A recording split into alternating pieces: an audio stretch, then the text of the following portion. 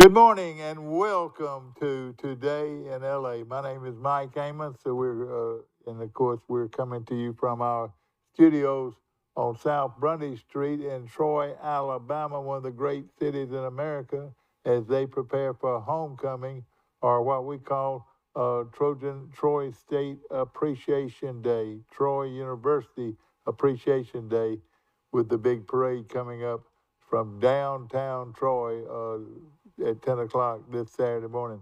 Upwards of 10,000 people will be watching that parade as it does every year. 68 years, the great band, the great parade that's gone on the square in Troy. It'll come up North 3 Ninth Street until it hits Elm Street, and Elm Street will take it across the bridge and down further on Elm Street, as that's the parade route. Starts at the corner of Montgomery Street, and then runs straight up North 39th Street till it hits again. If it hits Elm Street and then over the bridge, and that's the route today. There's a lot going on, too. A lot going on in high school and college football. And we'll be talking a lot about that. Max Howell will be calling in today from his perch in Mississippi, and we'll be looking forward to that. And Will Matthews will call in and give us his picks of the week on the teams he thinks will win against the line. And, he's pretty good. He's been doing pretty good this year. And then, of course, Mike Amos calling in from Grayton Beach, Florida. And we always look forward to his comments. And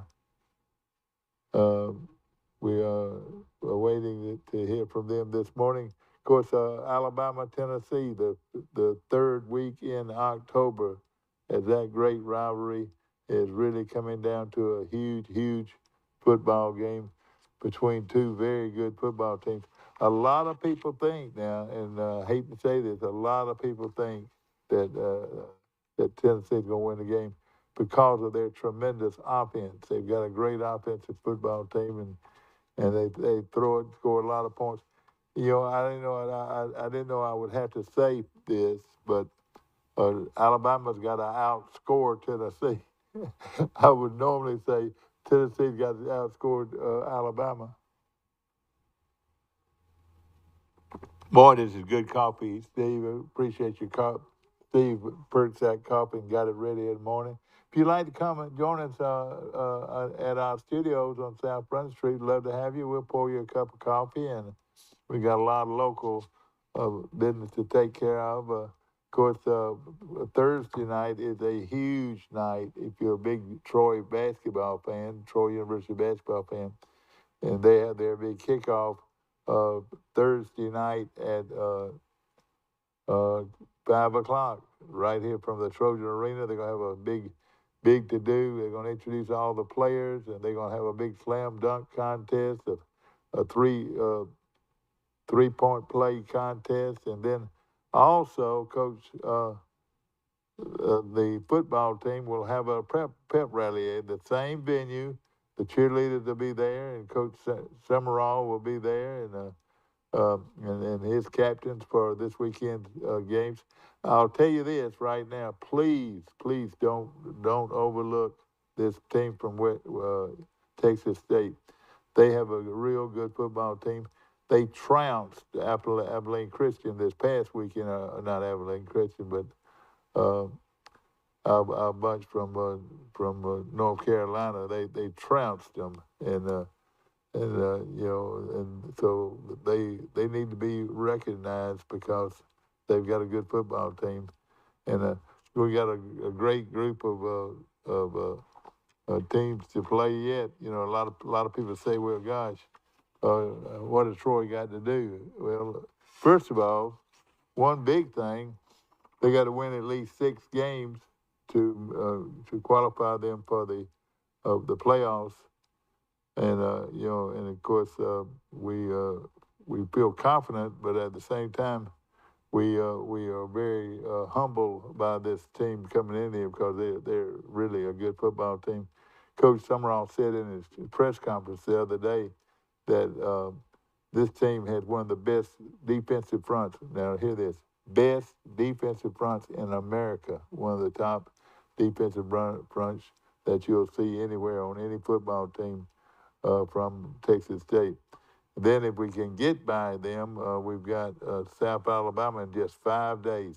5 days after we play our game on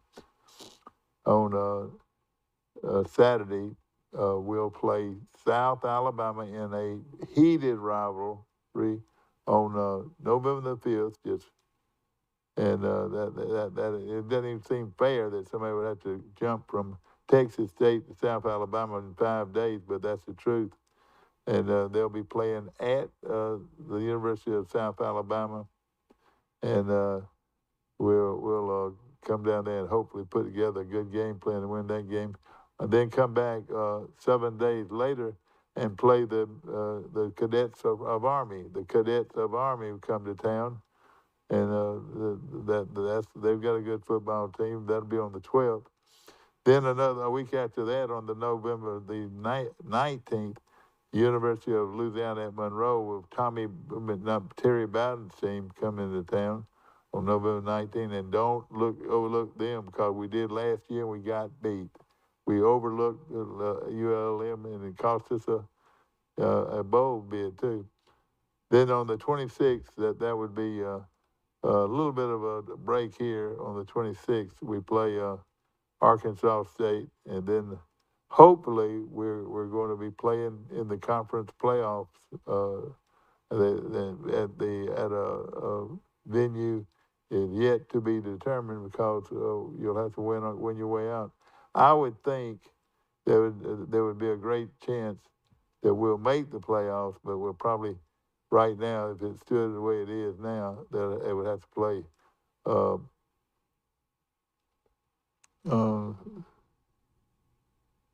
They would have to play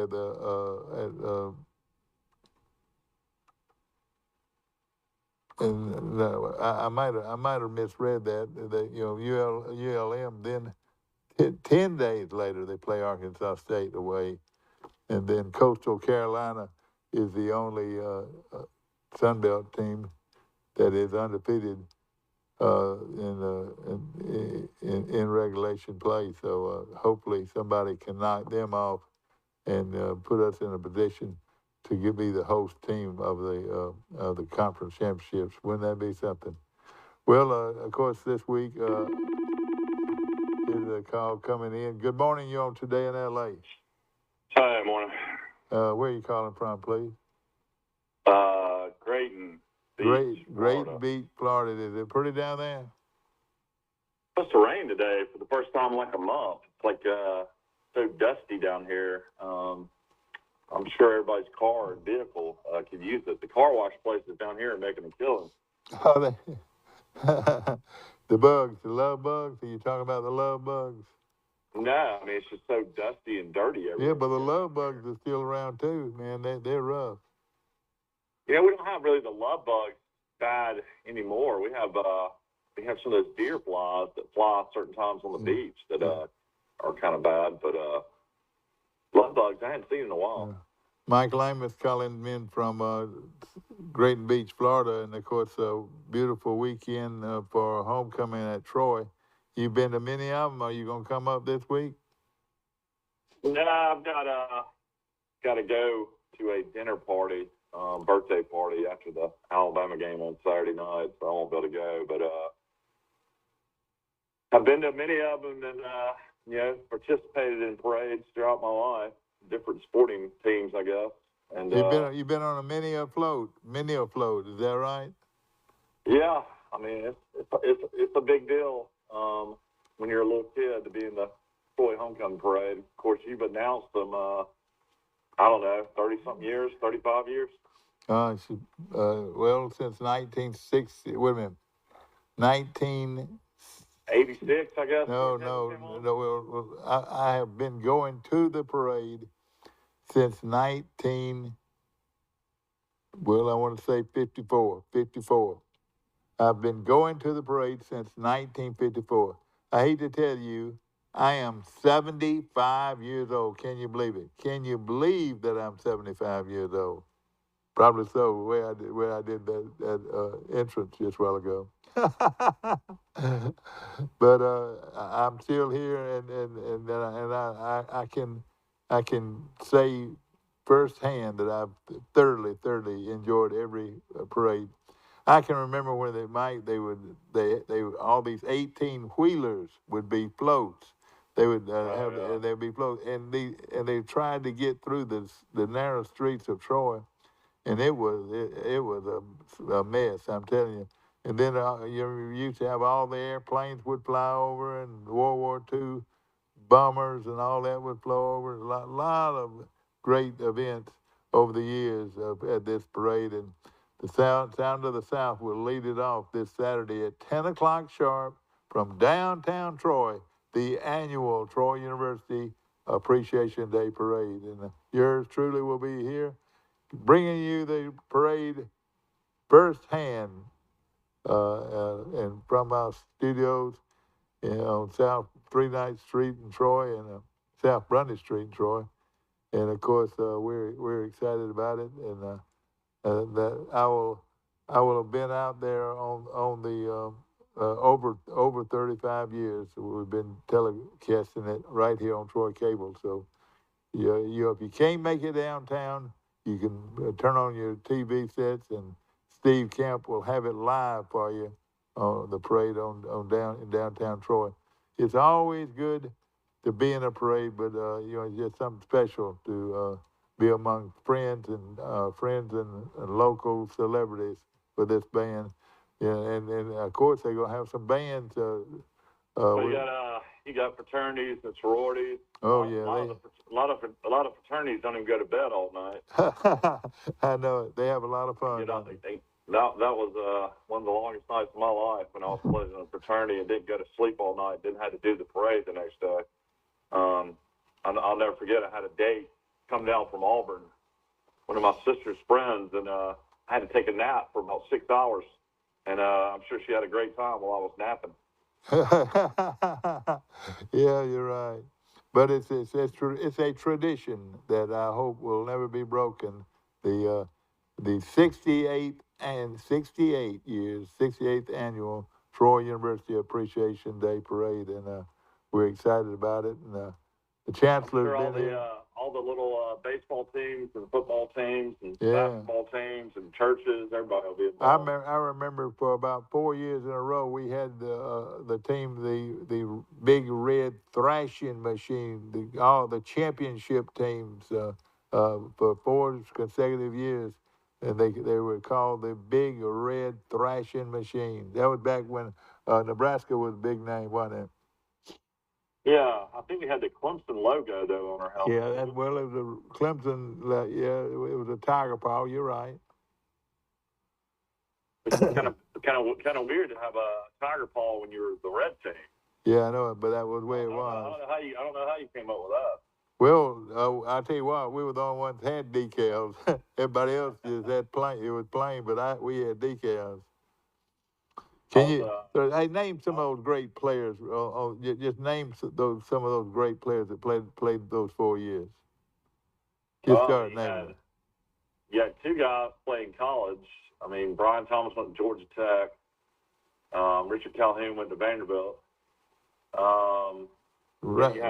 Raley, I think, went to a school too. Jason Raley. Well, Raley ended up going to Jeff Davis in Montgomery when Jeff Davis was great and was All-State a couple of years ago. Yeah, he was a star player on that team, Jason Raley. Yeah.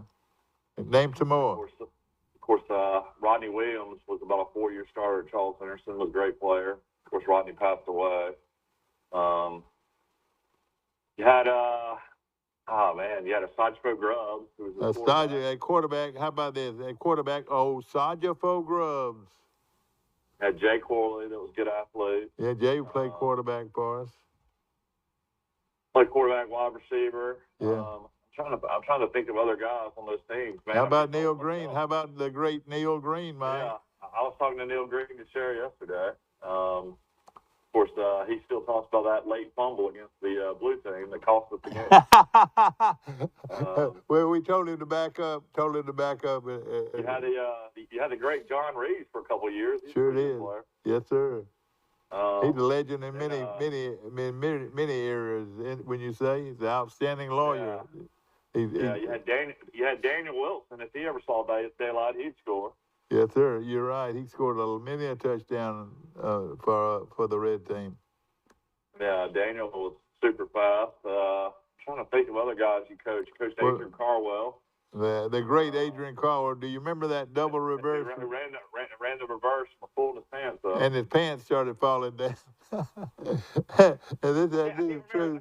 When he turned the corner, we knew he was going to score, but we were worried about his pants falling off and not being able to score. But that happened. Then, you know what I did? You know what I did after that, Mike? I taped his pants on to make sure they didn't fall off.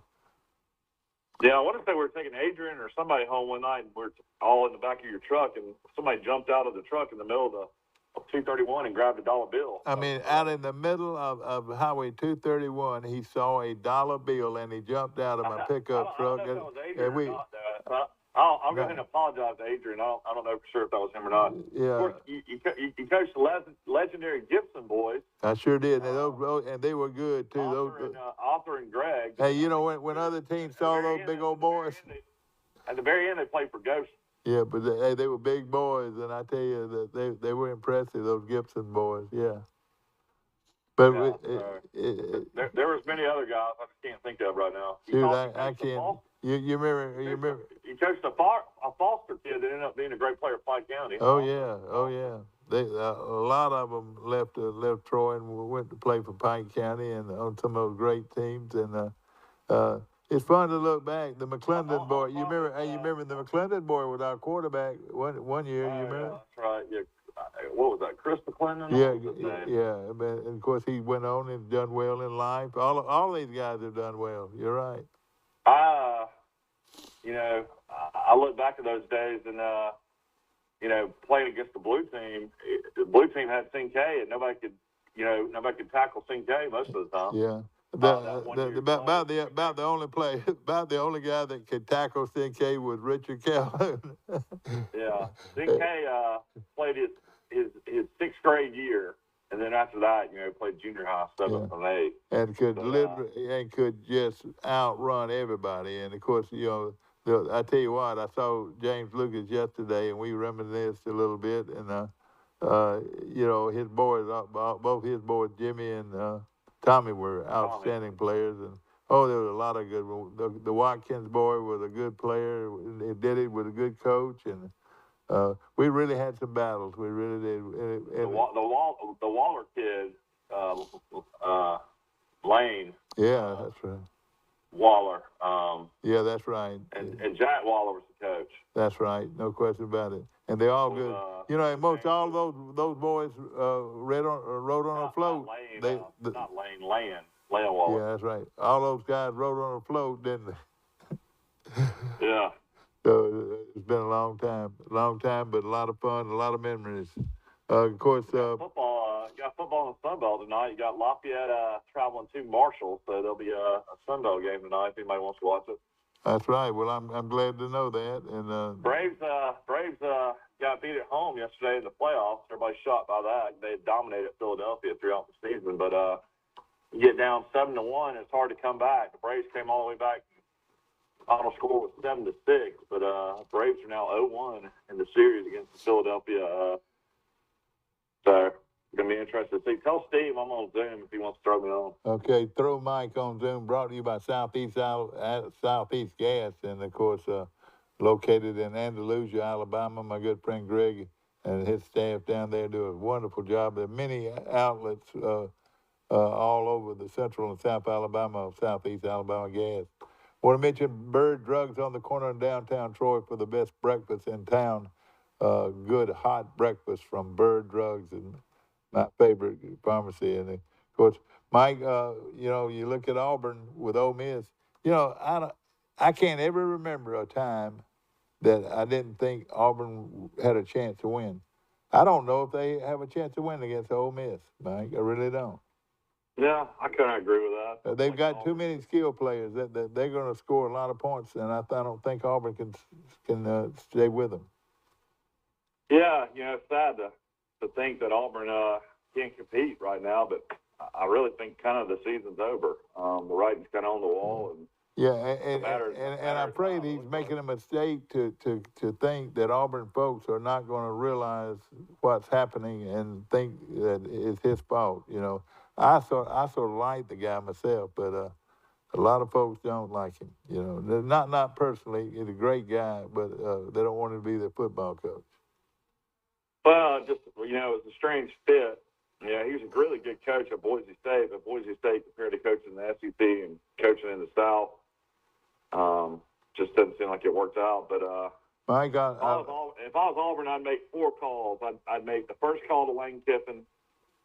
I'd make the second call to Shane Beamer at South Carolina. Shane Beamer, they're not going to play. They're not going to want to play Beamer ball, Mike. Beamer ball. I'd make the third call to Dave Clawson at Wake Forest. He's a good coach. And then if everybody else turned Auburn down, I'd make the last call to Bill Clark, the former UAB coach, to see if he would be interested. I tell you what, he'd win, no question about it.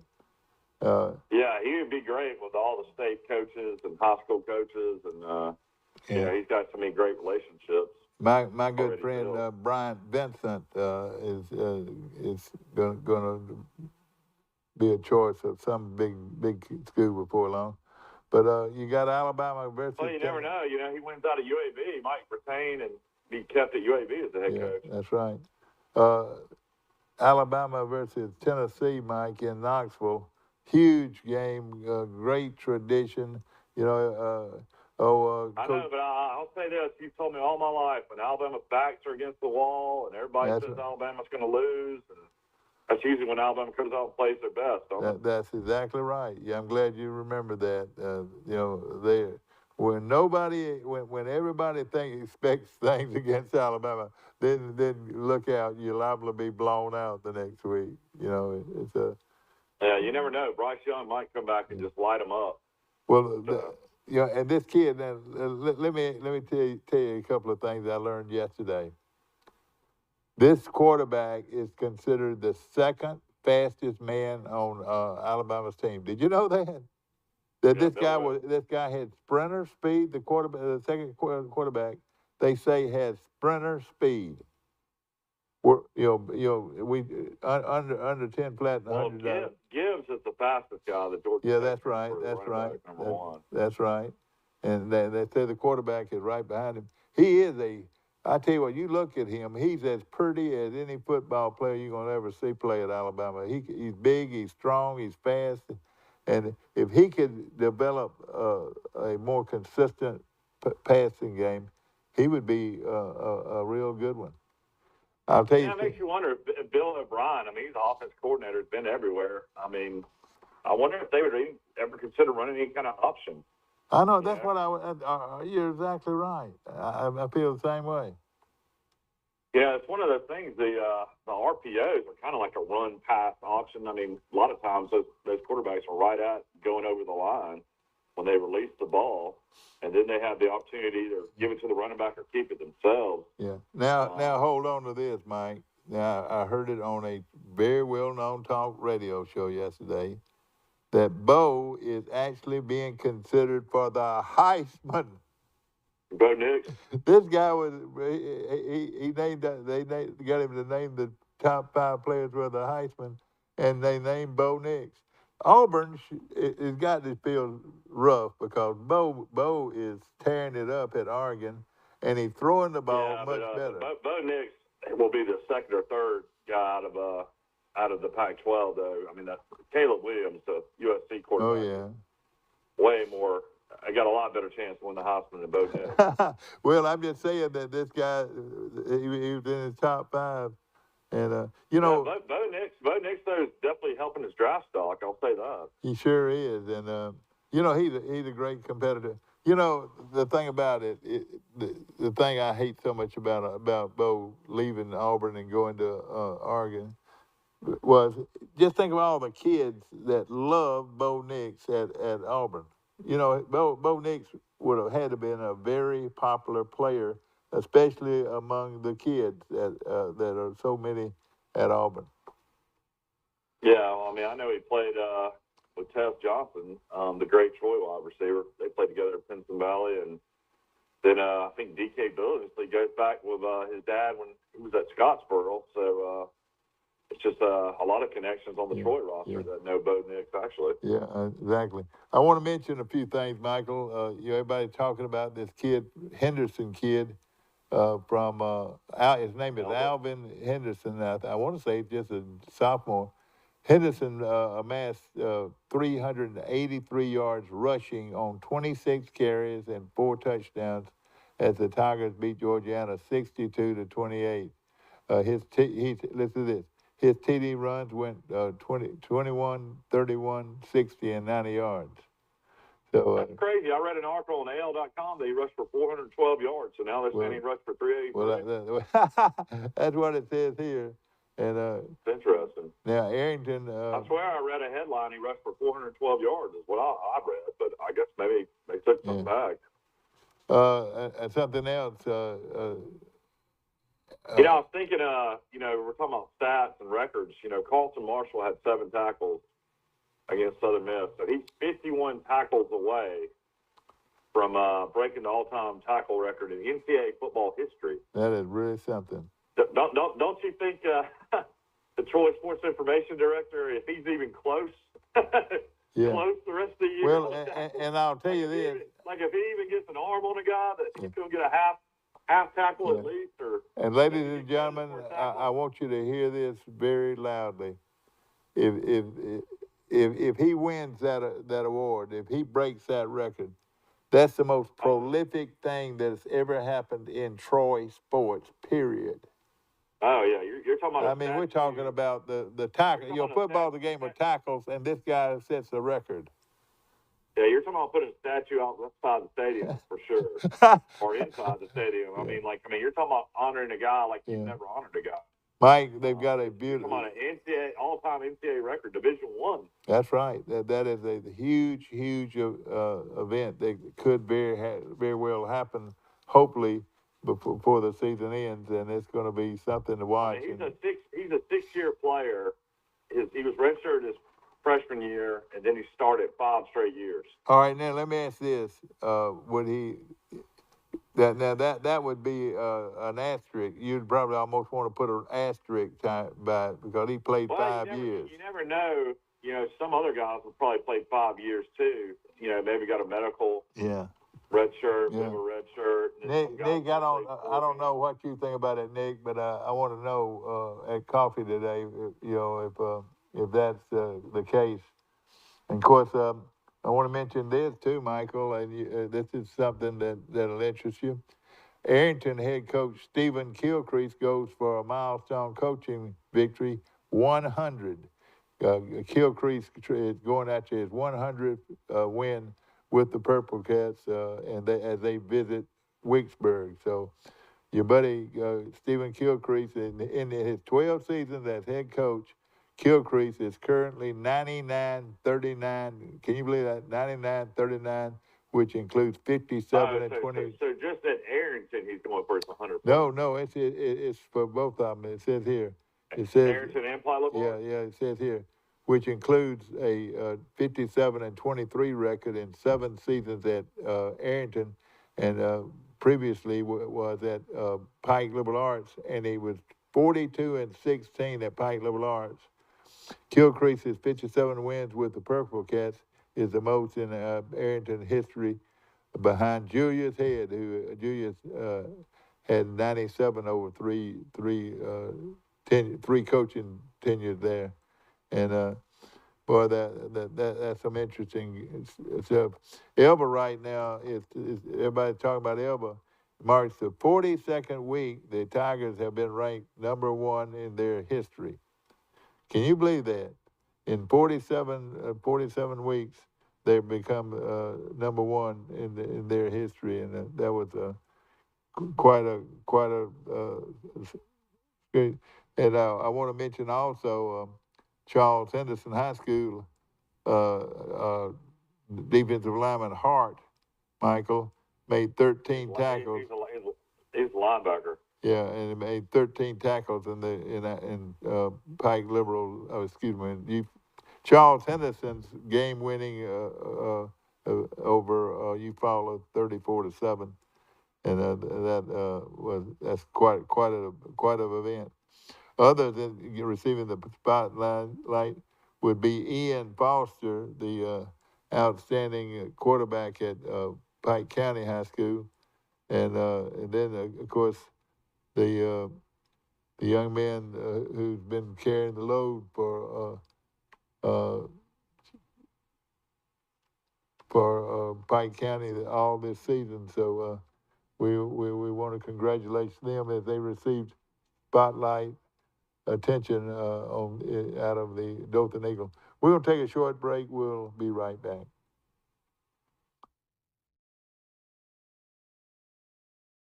When you think Troy Cable, think of a world-class network. Think of friendly local customer support experts. Think of reliable internet, phone, television, and security for your home or business. Most importantly, think of a hometown company connecting its community. Think fast. Think friendly. Think Troy Cable. At cost plus 10%, we offer your favorite brands at the best price. At Piggly Wiggly, we keep it simple. We price our products at cost, then add 10% at checkout. We carry all your favorite name brand foods, and we accept manufacturer coupons. Find us on Facebook and see our weekly specials. Wally Sandals Truck Line been in business since 1959 and we'll still growing. We've been in business since 1959 and we'll still growing. Wally Sandals Truck Line. From 1959 to 2022, we'll still growing. How many years is that, Mr. Glenn? 63. Ricky, why this T680? Got a nice digital dashboard, easy to read. Man, Wally Sandals Truck Line. We got competitive pay. We got Blue Cross Blue Shield. We can get you home, Wally Sandals. Come drive for the best today. Wally Sandals Truck Line.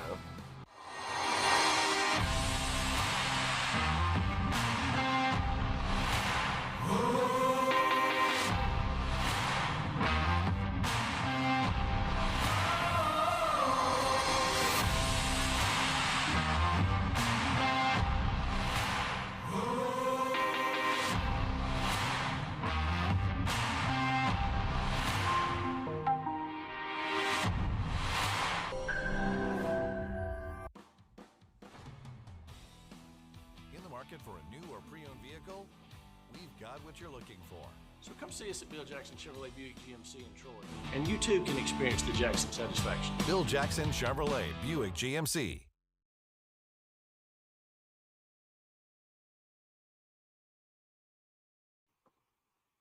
This is my country to have and to hold.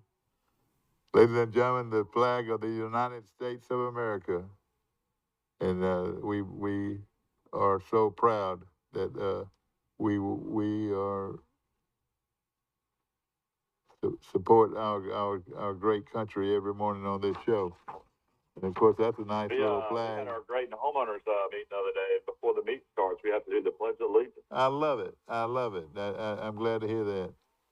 All right, here's your Major League Baseball recap from yesterday. The Braves lost 7-6 at home, back free. The Braves ace got drilled yesterday, so Braves fans have got to be distraught. I was definitely surprised myself. But they'll play again today in Atlanta. I guess weather permitting. I don't know if they'll get some rain. I know a lot of places are getting rain today. Astros beat the Mariners 8-7. Dad, your New York Yankees beat the Cleveland Guardians. I know. Can you believe that? You think Uncle Joel's got any clue that the Indians are now the Guardians? I don't know. I hope so. But and then late last night, good robbery here in the playoffs. Dodgers Padres. Dodgers won 5-3 to beat the Padres last night. So that's your 4 games in Major League Baseball. course, they'll play again today. You'll have the Braves and the Phillies starting at 3:35 on Fox, and then the Dodgers and the Padres will be later that night, starting at 7:37. So Yeah. that's your recap of Major League Baseball. Yeah. Hard to believe that the playoffs start almost in mid-October now. Oh yeah, it does start earlier. You know, I will like. It starts later because like October used to be, when the World Series was. I don't know if the World Series will be in November now or not. Yeah. Kind of crazy. Want to say something before we get off of this high school win over Eufaula, 34-7 by Charles Henderson. Mike, Charles Henderson got the great Boyd kid, and then the Adams kid is an outstanding quarterback, a passer, and then they got some real good young running backs. But somebody I want to mention this week, they double teamed Boyd. Boyd's gonna probably get a double team every time he goes out there. He's such a great receiver. But the guy is Stephon Mosley, Mike. He caught 5 passes for 142 yards and 2 touchdowns in Charles Henson's 34-7 win over Eufaula. That's the last time I'm going to mention that, but Charles Henderson beats Eufaula at Eufaula 34-7. And, buddy, congratulations. Yeah, Quinn Mosley's a senior. He's number 3. Yeah, and I tell you, that they've got they've got so much depth on this team. They can put 4 or 5 receivers in there that are good, and they've got them coached out pretty good.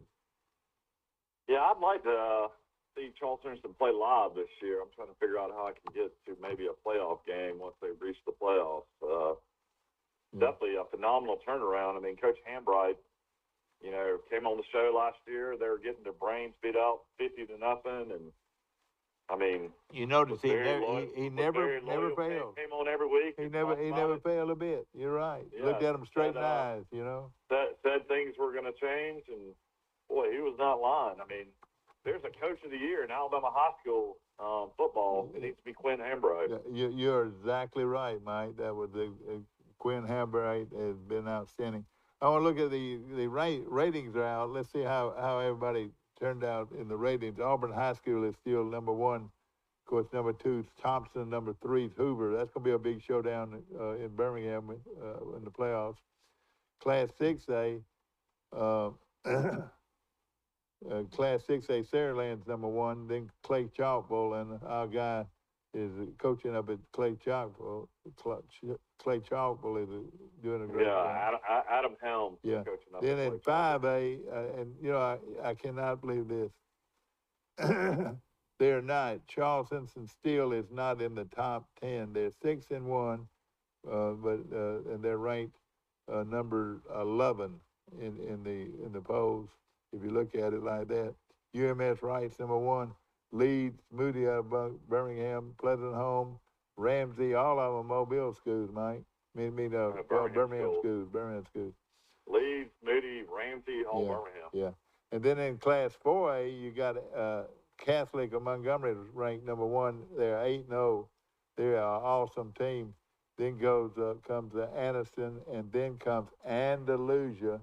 And in 2 weeks, not this week, but next week, the big showdown, probably the biggest showdown in Alabama high school this year, is Catholic of Montgomery against the Andalusia Bulldogs in Andalusia, and that's going to be a great game when those guys meet. Boy, Catholic must be really doing some really good recruiting, because I've never in my life I remember Catholic being any good when I was growing up. It is amazing, and we're talking about college. I think they had 9 college scholarships last year, and they're going to have that many or more this year.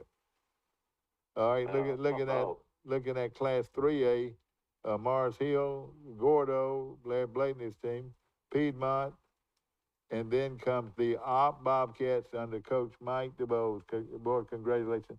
Let me tell you this, Mike. Let me tell everybody out there. A football coach is a football coach, and wherever he goes, and if he's going to coach football, he's going to coach football like very few people do. And let me tell you something. Mike DuBose was the head football coach at the University of Alabama. Now he's a proud head coach of the Bobcats, the school that he was born and raised in as a high school star.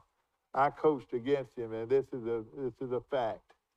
I coached him one night against Op, and they were really good. And Charles Simpson was really good. We had Bassick and we had Hunter. They were two pretty darn good running backs. But you know what? We beat them 14-0. And the reason we beat them 14-0 because he was every time he went out, he was having the what is leg it? cramp. Leg cramp. He had leg cramps. We'd score. Hunter would make a long touchdown score, and we beat him 14-0. But he scored. How fast was Ricky Hunter? He must have been really fast. He was. Ricky Hunter was an outstanding football player, and as was Richard Bassett. But that night, all DuBose did was make 33 tackles. He was in on 33 tackles, but they still lost the game. When he played at Alabama, was he a stand-up linebacker? Yes, sir. He's a stand-up linebacker and a very good one at Alabama. You know, I know he had a big game against Tennessee. You're exactly right. I think he recovered a fumble, and he had two big things that led to win. You know, and one of them was well, I mean, you can always say. I want to say the interception. He's sitting there at Op, but he can always say he won an SEC championship at Alabama. Yeah, he sure did, didn't he? He absolutely blew out Steve Spurrier in Florida in the SEC championship game. Freddie Millen, the great wide receiver, was playing quarterback and had a bunch of long runs at quarterback and had a couple of catches to wide receiver, and Alabama dominated that game. Well, you know, all right, now he had that one great season at Alabama.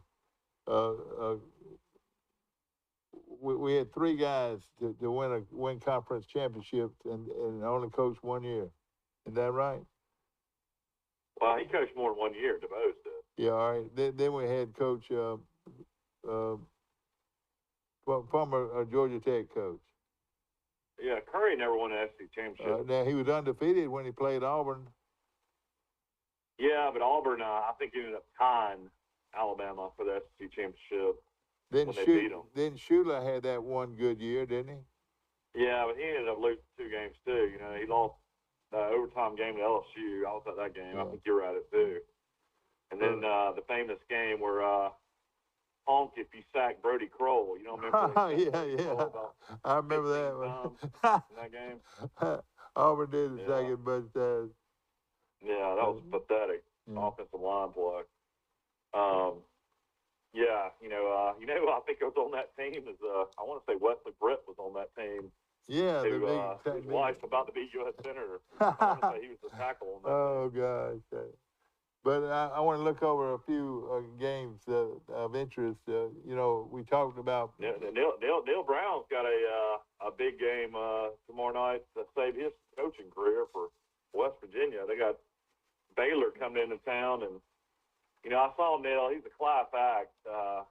Everybody needs to go out and watch the dedication video they made for Coach Schlarman, the former Troy coach, Kentucky coach. I didn't get to see it because I was at the game. On the video is Neil Brown talking about what Coach Schlarman meant to him, and then Mark Stoops, the current Kentucky coach, is on there talking about Coach Schlarman.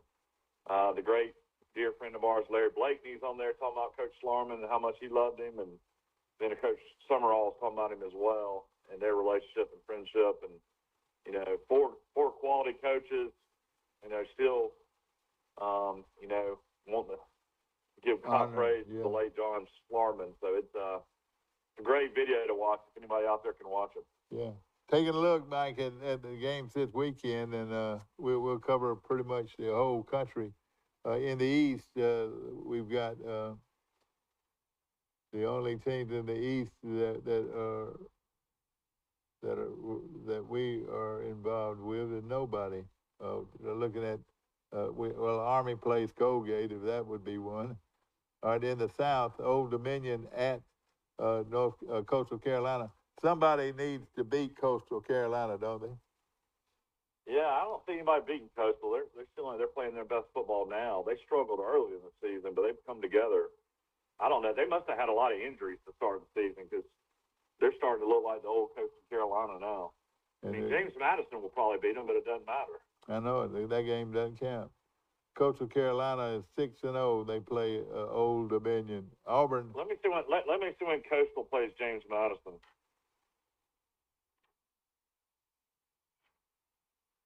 I'll find out that. Auburn will play at 11 o'clock this weekend. Yeah, 11 o'clock. It's going to be tough enough as it is to play Ole Miss, but to play them at 11 o'clock in the morning is too early to play a game of football. See, I love the 11 o'clock game. I'm a big fan of it, actually. Well, maybe, but as a player, last game of the season, Coastal travels to James Madison on November 26th. That will determine if Coastal wins out or not. But Coastal's got a tough schedule coming up, though. They got Old Dominion at home. Old Dominion beat Virginia Tech, even though Virginia Tech's horrible. Then Coastal travels to Marshall. That'll be a tough game. App State travels to Coastal. After that, Southern Miss, Coastal.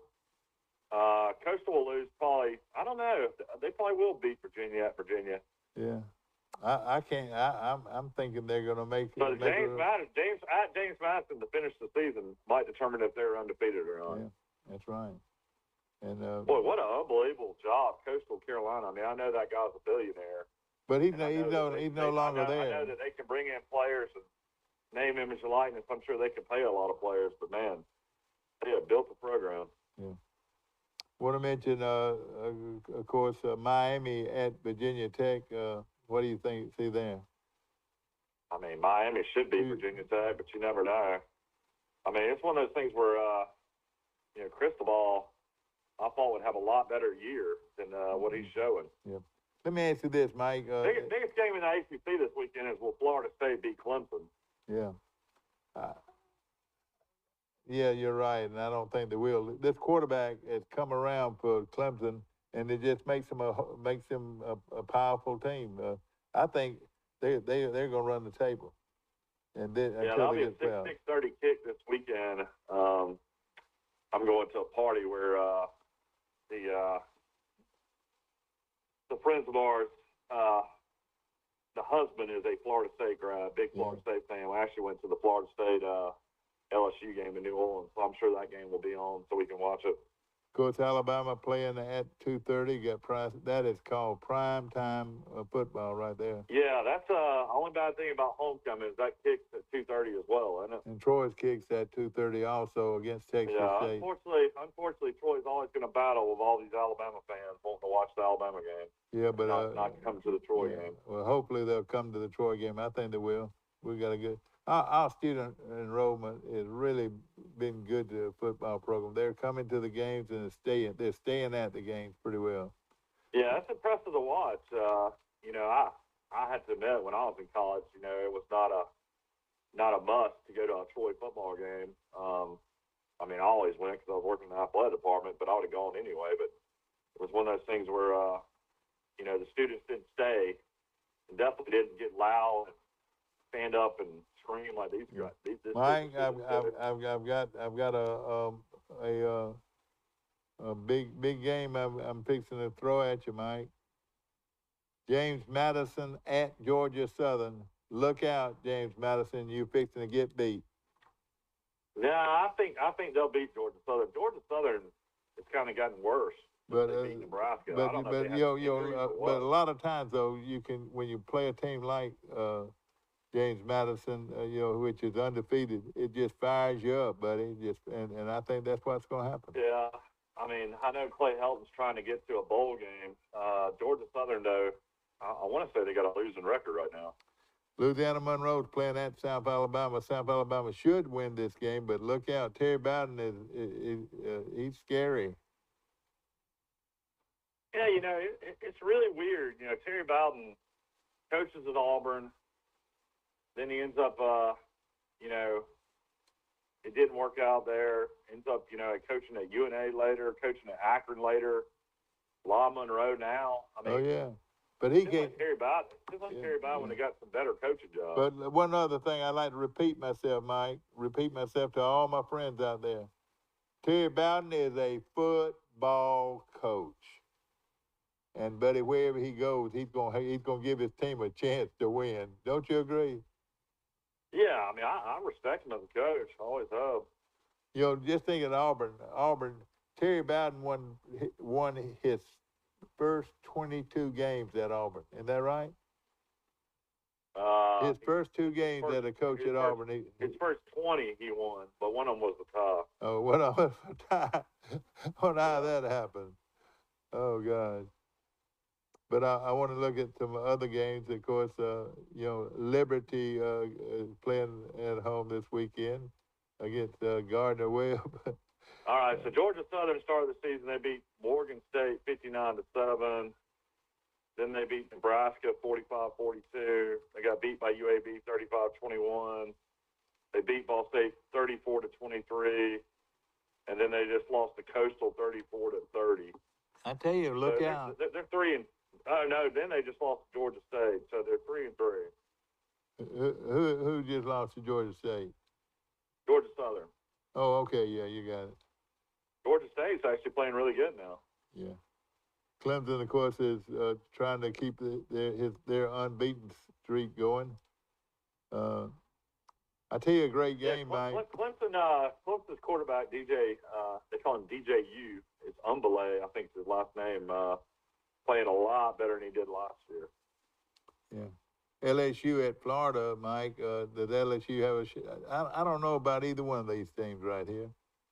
What do you Brian think? Kelly's got to get his own players in there and get them to buy into what he believes.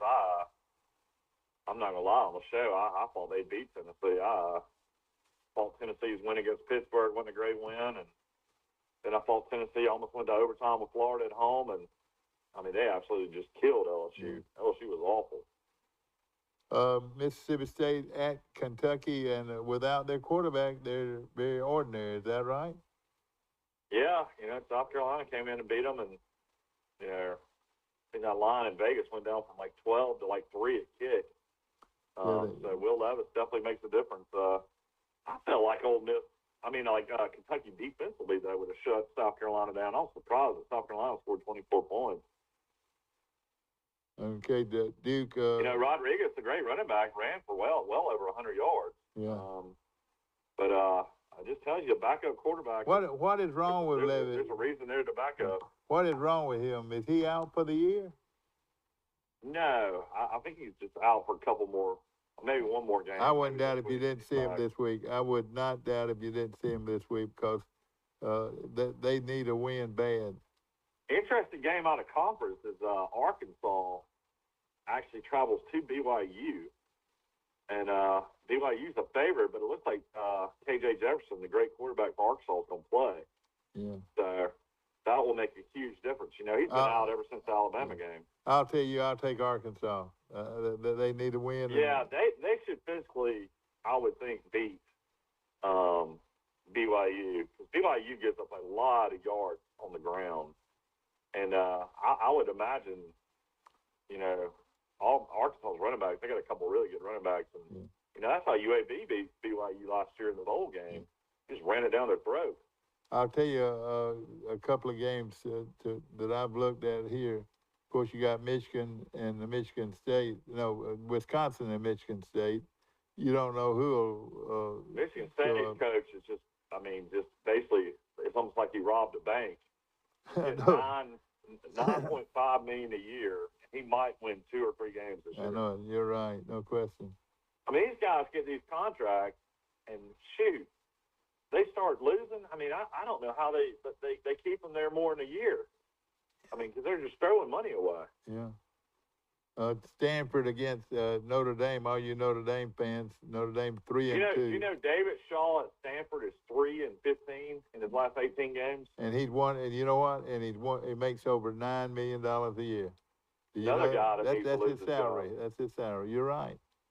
But yeah, he's done it. He's done at Stanford. Boy, Stanford used to be, man, they were big, physical, strong, that's right, yeah. well-coached.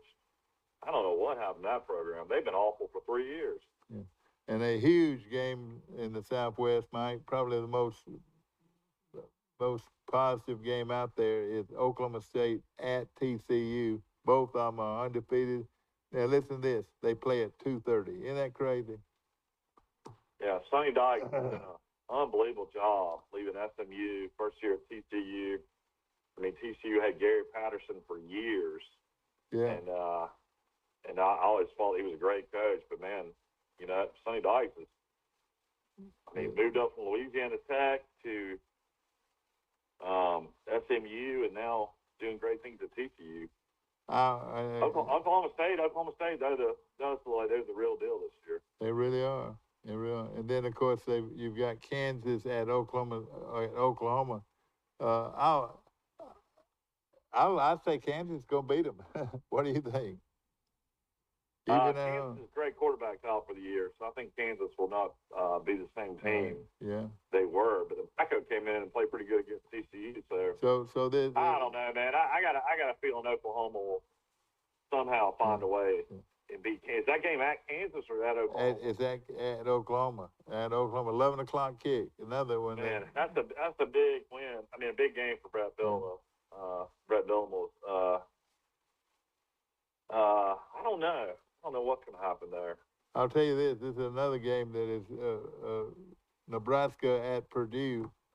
And Nebraska's won 2 in a row, but Purdue is probably the hottest team in college football. They're 4-2 now. That's what they say. I mean, they're looking really good. And I'm going to take They just won at Maryland, and Maryland had been tough to to shut them down, and they did. Yeah. I will say, though, they went for 2, and at the very end of the game, Maryland tied it up. Everybody thought they were going into overtime, and then the ref threw a late flag of a lineman downfield. And the two-point conversion was no good, and Purdue won. Oh, boy. Hey, you want to take a short break, and I can get some Milo's tea and all right. Get ready for Mac? We're going to take our Milo tea break, and we're looking for our good friend Max Hall calls in today. We'll be back. Our wide selection of pre-owned vehicles looks so good, you'll think they're new. So take the short drive to Bill Jackson Ford in Troy, where you too can experience the Jackson satisfaction. Bill Jackson Ford, Troy, Alabama. Troy Cable Security Wi-Fi doorbell camera allows you to answer the door from your smartphone when you are at home, at work, or on the go. When a visitor presses the button, Troy Cable Security sends a live video feed to your smartphone so you can see, hear, and speak to the person at your door. With the doorbell camera, you can have your porch light turn on automatically when it detects motion at night to create the appearance that someone is at home. You can view video clips so you can always know who stopped by when you are out. Troy Cable Security. You love them, protect them. These teenage years can be tricky to navigate, especially when it comes to teaching my son about managing money. I'm thankful for helpful tools like Sidekick from Max. With Sidekick, requesting and rewarding money is easy. He can earn it by completing chores, making honor roll, or simply making a request from his own app. I love that I can easily monitor his purchases and set limits to help him learn to make smart choices with his spending, even on video games. Sidekick. Find it in your Max app. In the market for a new or pre-owned vehicle? We've got what you're looking for. So come see us at Bill Jackson Chevrolet Buick GMC in Troy, and you too can experience the Jackson satisfaction. Bill Jackson Chevrolet Buick GMC. A personal touch, a high level of trust. Whether it's checking and savings accounts, personal or business loans, or our local friendly service. That's what Troy Bank and Trust customers expect. But now we offer more.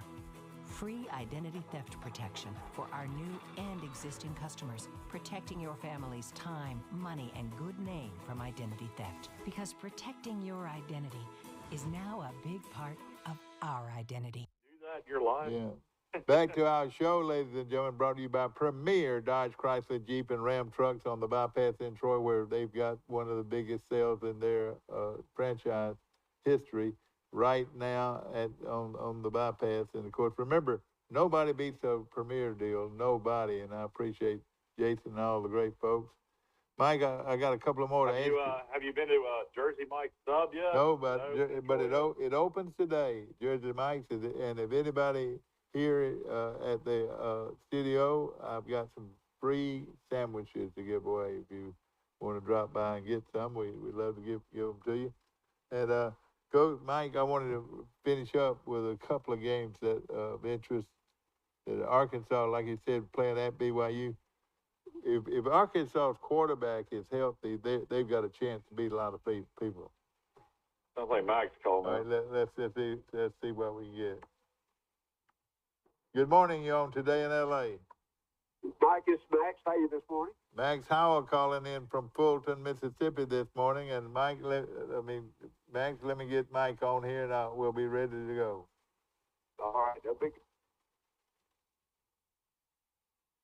Okay, we got both of them, and Mike and Max Howell. Max Howell, one of the top football analysts in the world. Max. That's what that magazine. I don't know what the name of that magazine just called you the best, one of the best analysts in the world. He was Phil Steele before Phil Steele. Yeah. Yeah. Before you guys didn't realize I own part of that magazine. See? Yeah. I edited it. I tell you what, I swear to God, Max, this is funny. I called one day to order Dad a magazine because you can't find them in the stores, and I'm almost 100% sure I was talking to Phil Steele when he was taking my credit card information. I bet he was. I think Phil Steele does it all. Yeah, he does. Really. And you know what? He waits till the very last to send out his edition, but it's always more accurate than the rest. He does. Yeah, he does all that work himself. Yeah. He's got a couple of complimented writers, but not much of it. He visits those schools in the spring. I've had a chance to talk to him a couple of times. Yeah. And he does. He's driven, and he answers the calling for the magazine business. I'll tell you. Yeah. Well, Max, did you ever think the start of the season that the SEC West might go through Mississippi, either Ole Miss or Mississippi State? Had no idea. I had Mississippi State right there with Auburn at the bottom, things through to the West. Hey, let me tell you something about this quarterback for Mississippi State. Have you ever see how still he is in the pocket? He stands up like he's a statue in the pocket. I reckon he does it on purpose. And every now and then he'll let it pop out and run. But most of his passes are like Sam Bird used to be. Sam Bird never ran out of the pocket. It was always a pocket passer. And he stands up like he's a statue and just picks people apart. Mike, let me tell you why. He throws to a spot. He don't throw to a receiver. He throws to a spot. It's up to wide receiver to get. Yeah, it's a system. I mean, he said. Let's just say this. I might be wrong, Max. I want you to. He might be as prolific as any quarterback out there. Well, he's a numbers wise. He is. I'll be interested to really see. You go back when he's under pressure. Last year, Alabama sacked him 7 times. He threw 3 picks. Yeah, that's right. He does not do well. He does not do well when the people get after him. Yeah. That's why he sits in the pocket. But see, everybody, because of that, and now they've developed a running game to go with it. Yeah. People go try to rush 3 and drop 5 or drop 8 on him, and he sit there and throw that short pass all day long. Yeah. Well, Craig, you get after him and get him out of that pocket. He's just an average guy. But that's the key, because if you make them where they can pass and throw on you, and they say their defensive front's about as good as you can get too. Mississippi State's got a good football team. They have. I'm not a fan of this system because it takes too much practice time to just perfect that. That's why the last 3 years, they've not done very well. They've lost. Well, they lost LSU the ball game this year. Yeah. That looks like a shocking loss now, Max. It does. Absolutely, it does. But see, I will say late in the game, the guy muffed a punt and gave LSU like a touchdown at about the 8-yard line. I think that kind of changed the whole game. But Michael, that's the reason because they spend so much time in throwing the football, they don't have have time to work on special teams, and they don't have time to work on the defensive side. Now, maybe that is changing. I think, from what I've seen, or the level of talent that they're playing, maybe not as good as it used to be. But we're going to get a chance. They got some tough games, to match up with from here to the end of the season. We're talking to Max Howell. Max, you hear a lot. Everybody's wondering what's going to happen with Auburn and Coach Brian Hartson. They play Ole Miss, and then they have the dreaded off week. Yep. For Coach Hartson, do you think he makes it through the off week? Well, I'm going to tell you, I've talked to a lot of Auburn people, Michael, in the last couple of days, and don't be surprised if he stays the rest of the year. I'm going to tell you why. There's not a guy on their staff that's ever had any organizational experience as a head coach, even coordinator. That's right. Yeah, I've noticed that too. That's one of the reasons they hadn't already made the change, is they don't have anybody to take over. So don't be surprised if, and I think they're going to get embarrassed this week, to tell you the truth. But everybody's seen them play. They don't make adjustments well. They don't have a lot of talent. In fact, for early signing period, I think they got 8 commitments. Is all they've got for the early. Yeah, that's a telling sign right there that a program is in trouble. Well, I got a couple of good friends in the Birmingham market at the bigger schools that are either coaches and or handle the public relations or do the play-by-play.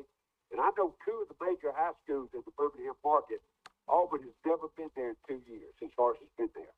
In one of them, Thompson High School, they had 9 Division I signees last year, and Auburn never even went to the campus. So they don't recruit. I don't know.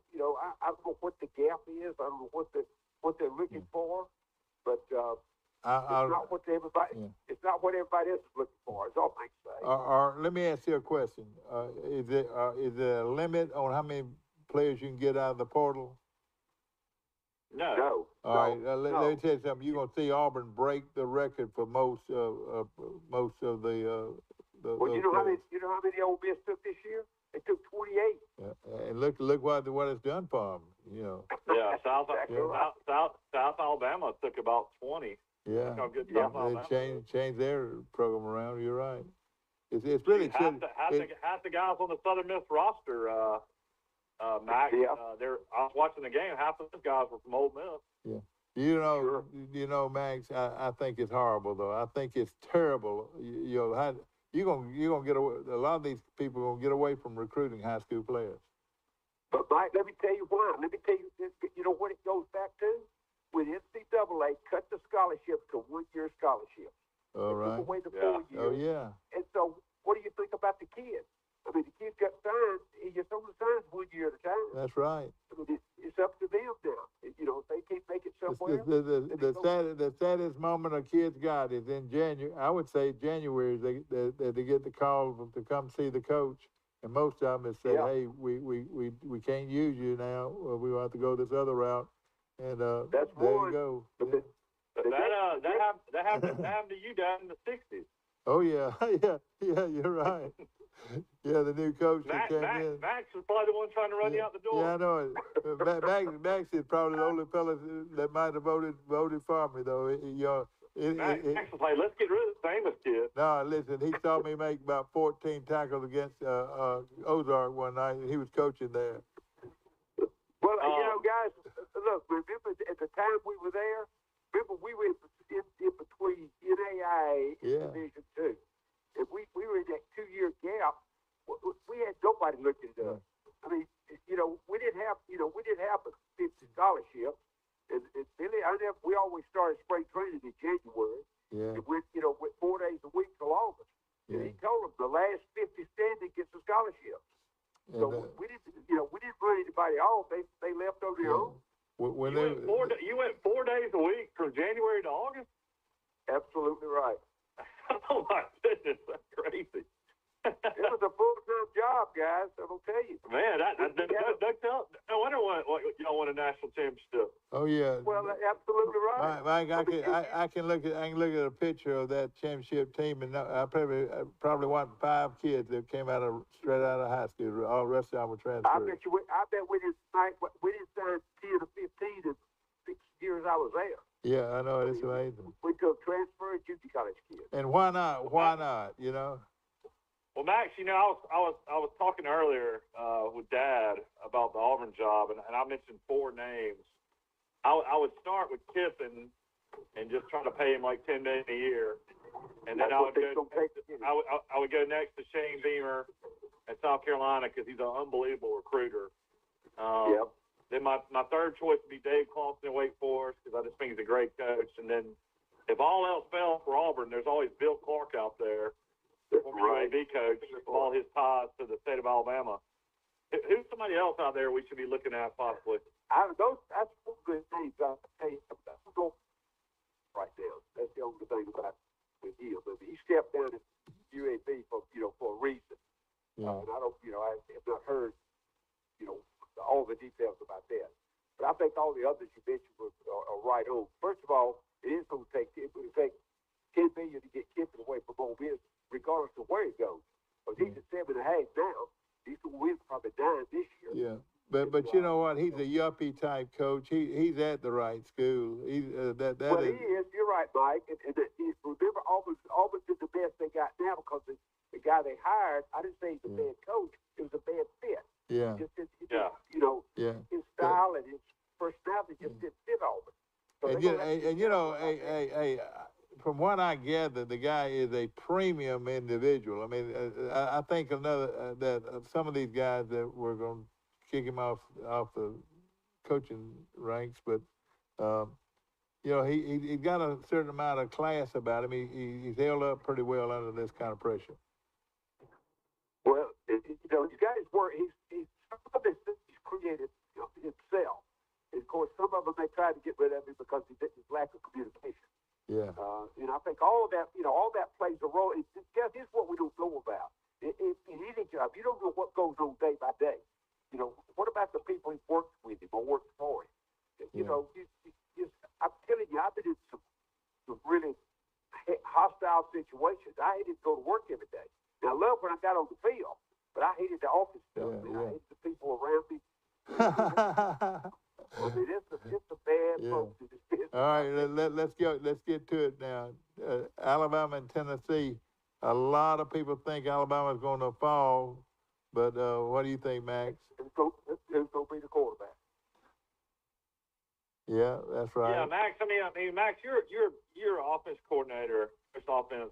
You're a college coach. I mean, how do you not, as Bill O'Brien, as an offense coordinator, I was talking to my buddies throughout the game. When you got a guy like Bill Rowe, how do you not just roll him right with the option to run or pass, or running left? You're right. Option to run or pass. I mean, Alabama didn't really do that most of the game. They kept him in the pockets.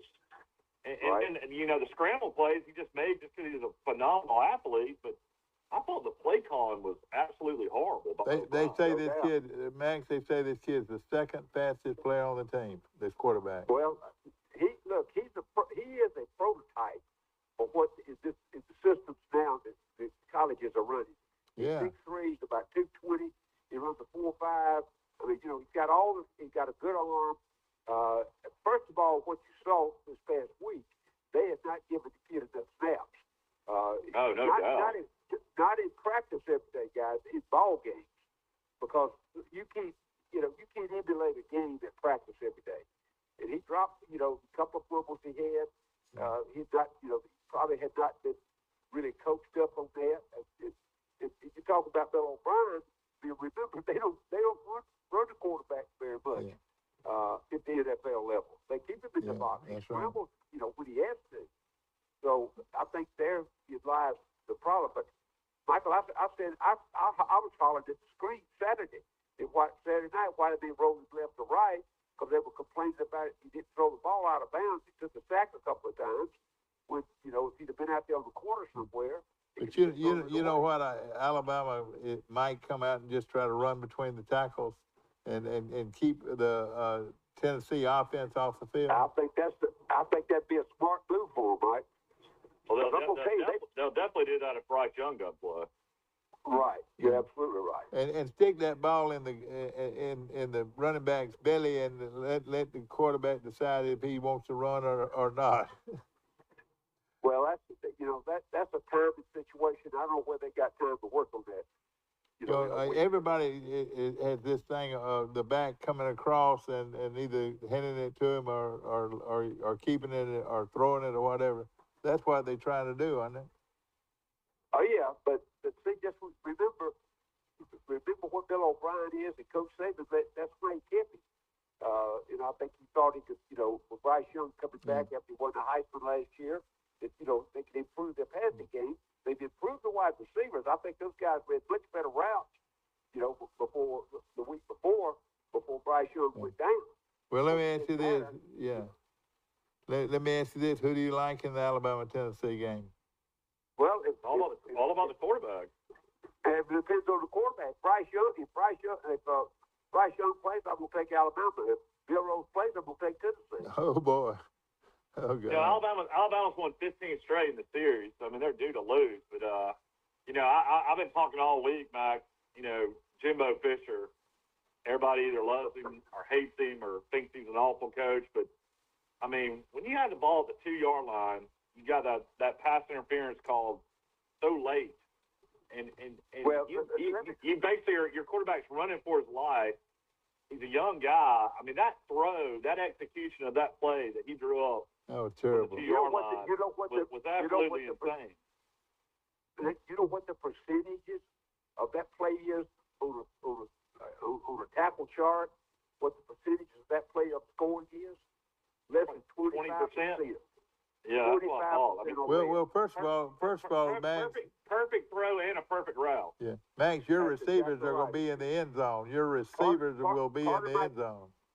Part of my job when I was at Florida State, when I was on the defensive side there, I had to chart all our opponents inside the 5-yard line on formation, and I did a percentage deal. The highest percentage ranking to score, particularly inside the 2, is a 2-back offense. The hard tackle blocks down, you kick the end out, and run straight at that defensive back standing in the hole. Yeah. And that scores about I was absolutely shocked. I thought for sure that they would run the ball there. Well, we're very fortunate. You know why? You know why they did do it? Because Jimbo had to prove he's smarter than everybody else. That's exactly right. All right, now let's go to the. In that situation, also you got the defensive back, the corner. He can just nudge that guy towards the sideline the whole time. Well, the guy never got the end zone. He was on the line, but he had to step back on the field to catch the ball. No, it was pathetic. There's all kinds of videos that come out throughout the week. They were tackling Will Anderson, like had him in headlock. I mean, arms around his neck. And most officials, believe it or not, are not going to call it. I don't think A&M got called for holding that whole game. That's the honest God. I don't think they got a hold. I think one time they did when they had him around the neck.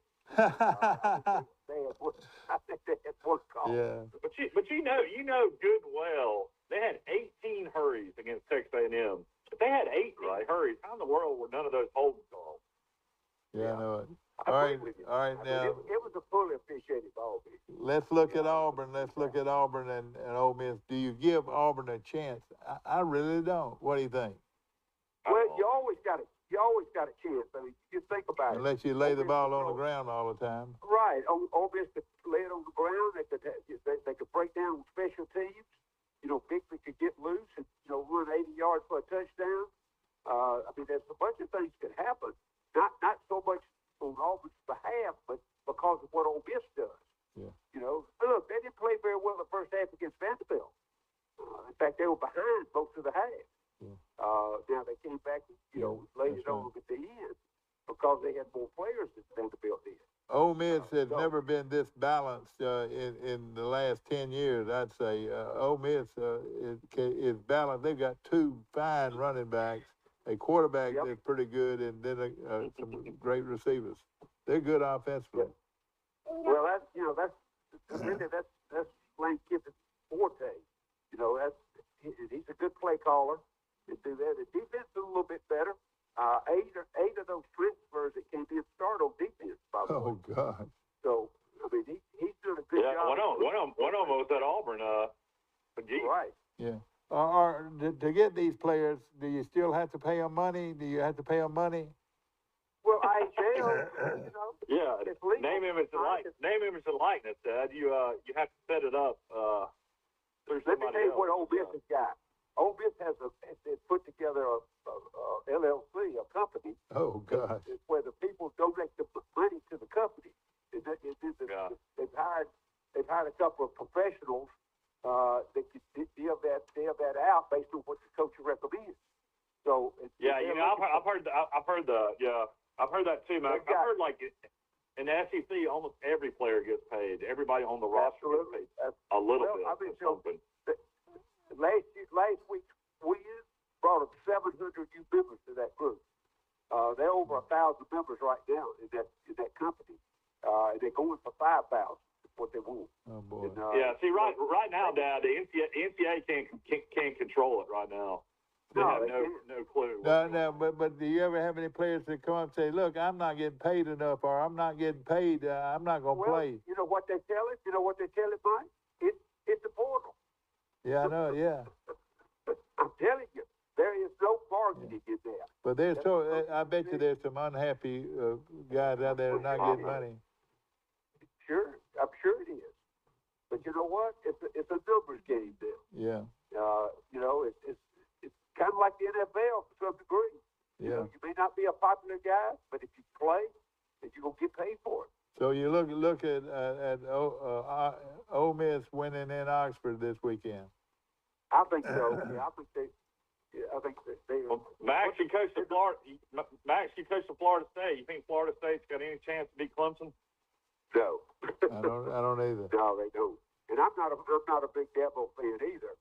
But the fact is, they got the players up there. They got some great defensive players. The quarterback. Yeah, it's one of those things where Florida State gave the NC State game away. They got beat at home by Wake Forest. I mean, they've got some talent, and I'm surrounded by Florida State fans down here, but they don't have enough. Yeah, that's what I was thinking. That maybe they're not there yet. They're gonna break down. They'll break down on the defensive back, will be out of position, or they'll get a holding call in the wrong time. They don't have enough to. When somebody makes a mistake, get them out, get somebody else in there. All right, I want you to give us a quick your assumption. Oklahoma State and TCU, two undefeated teams. Can you just say you got to shoot in there? Can I tell you I don't even care? Yeah, I know it. Here's one that'll get you. Southern Cal at Utah. Utah's 4-2. Utah was horrible against Utah. I know it, but at the same, if they can rally, they would love to rally over Southern Cal. That's going to be a pretty close game. Well, I don't think they got enough beat talent to take Southern Cal. I think that's. Boy, Southern Cal is fun to watch. They are. Well, that was why that was one of the reasons the guy at Oklahoma left Oklahoma to get a chance to go there and coach those kids. No, the big surprise to me is Kentucky, how bad they are without Levis. Well, I mean, my goodness, I did not. I still thought they'd beat South Carolina at home, and now Mississippi State goes in there this weekend. You got to think State will beat them if they don't have Levis. They are. Yeah, I mean that's all the word over here right now. I mean, if I got some friends over there, give it 20 points. That Mississippi State will win by. So. Yeah, it's one of those things where they played Ole Miss and Levis took some shots in that game late. And of course, Kentucky just gave that game away to Ole Miss. I thought Kentucky defensively was like one of the better defenses in the country. Yeah, well, there were 12 NFL scouts at that Ole Miss Kentucky game. So a lot of them looking at the quarterback. Of course, he didn't play as fast for you. No, South Carolina won because Levis didn't play. Right. LSU at Florida.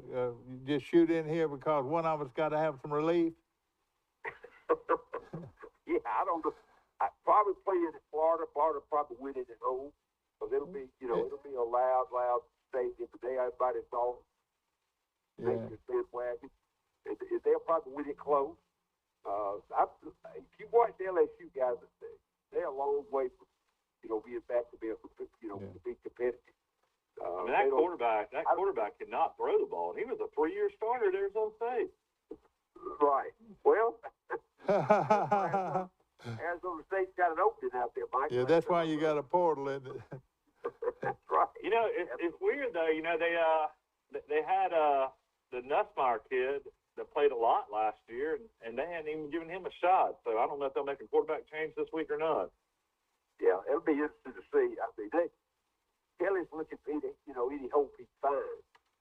You saw him with his head down the sideline the other day. It was like it was mistakes they were making, and he's not used to coaching kids that's not 4.0 students and academic, really strong academics.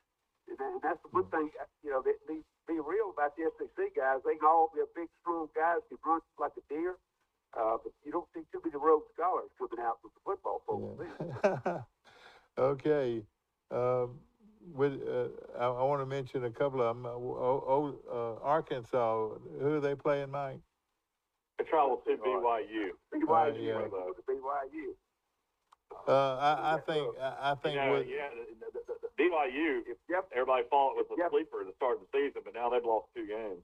Yeah. Yeah, but if Jefferson doesn't play, guys, but they say now he's going to play from where I gather. Yeah, I heard Jefferson's going to play yesterday, which will make a huge difference. That will make a difference. Yeah. BYU just lost to Notre Dame, and BYU, I don't know if you're watching some, but their run defense was awful. Arkansas ought to be able to run it down the throat. That's probably what they'll do. I think that's what they'll do, too. Yeah. I do. I agree with that. Well, Max, we appreciate it. Now, let me ask you this. There's a bunch of people wanting to know what is for dinner. Man, let me tell you. I told you last week that my buddies and all, those local squirrel hunters. Yeah. Well, they all pack it up tomorrow and go to the Mississippi Delta. And if you've never seen a squirrel come out of the Mississippi, it looks as big as a rabbit. I know. I mean, that's those fox squirrels. That's those beautiful fox squirrels. Isn't that right? That's exactly right. That's right. And they bring them back, and we're going to cook them Sunday night on the river. Basically, it'll be a squirrel. We fry the squirrels. We do a coleslaw. We do grits and gravy on You got it. You got it, my friend. And I tell you, Max, what is a squirrel compared to? I've never had a squirrel. What does it taste like? It's like dark meat chicken. That's right. It's meaty, and the legs are meaty. And let me tell you something, guys. I told you this last week, Mike, I believe. The group I work with, they aren't allowed to shoot them with shotguns. They all headshots. Yeah, that's right. Yeah. That way it doesn't tear the meat up. That's right. It makes it more. Makes it more. Do they use dogs or what? Yeah, they'll bring some of those guys. I mean, I love hearing a dog tree of squirrel. Yeah. What I mean, as far as cleaning a squirrel, is it easy to clean? It's easy. Yeah. Just you cut them around the neck, you cut them around the feet. Just take a pair of pliers and strip them like you do a bullfrog. Yeah, exactly. Yeah, it's weird. You never see squirrel on the menu anywhere. No, you won't see that. People say they like squirrel though. Now rabbit, you see more rabbit on the. Oh yeah, you see rabbit on the menu. A lot of rabbit. Right. Well, the rabbits is the ones you see on the menu got a tame raised. They've raised in a cage. Yeah. It's like they don't get those out of the woods. The squirrels, I never seen raised. They do. Yeah. Okay, I got you. You're right. They raise. Steve said they raise rabbits, but they don't raise squirrels. Exactly right. Very true. Hey, I'm Marcel Ledbetter, and I went up the tree after to knock them out. If they knock them out, yeah. What are you gonna have for your dessert? Your Mississippi mud pie? Well, we usually do that. I think this week we do key lime pie. Oh boy! Well, I got some key lime pie places down here at the beach. You would not believe how good it is. Red Bar especially. Remember, I lived in Destin for about 10 years. Yeah, I know. Oh yeah. So I'm very familiar with 38 now. Yeah. Troy's got homecoming this weekend against Texas State, a much improved Texas State team that they say their defensive front's one of the best in the country. Well, I've read that, but Troy's got things together. Troy's found him a football coach, Max. I think they have. They put that team together now, and I like what they've done. I'm telling you, Coach Hall Southern Miss is taking a beating over here verbally. I mean, that's the folks on here big time. Yeah, I knew it would. He's a pretty good football coach. Sure he He's is. out of a great football family, but he's not been able to put it together at Southern Miss. Of course, Troy got to him, you know, in the second half last week. It just about what they wanted to with him. I'll just say this about Southern Miss. They're going to hit the portal like you've never seen it. Right. Well, I thought They already have. they went 3-9 last year, guys. I think that's what they were doing in the off season. Yeah. But I think Will Hall is so determined because he's a Mississippi guy that he's going to try to build it for Mississippi people. Well, we got to go, man. Matt's got to go, and I hope you have a great week, my friend.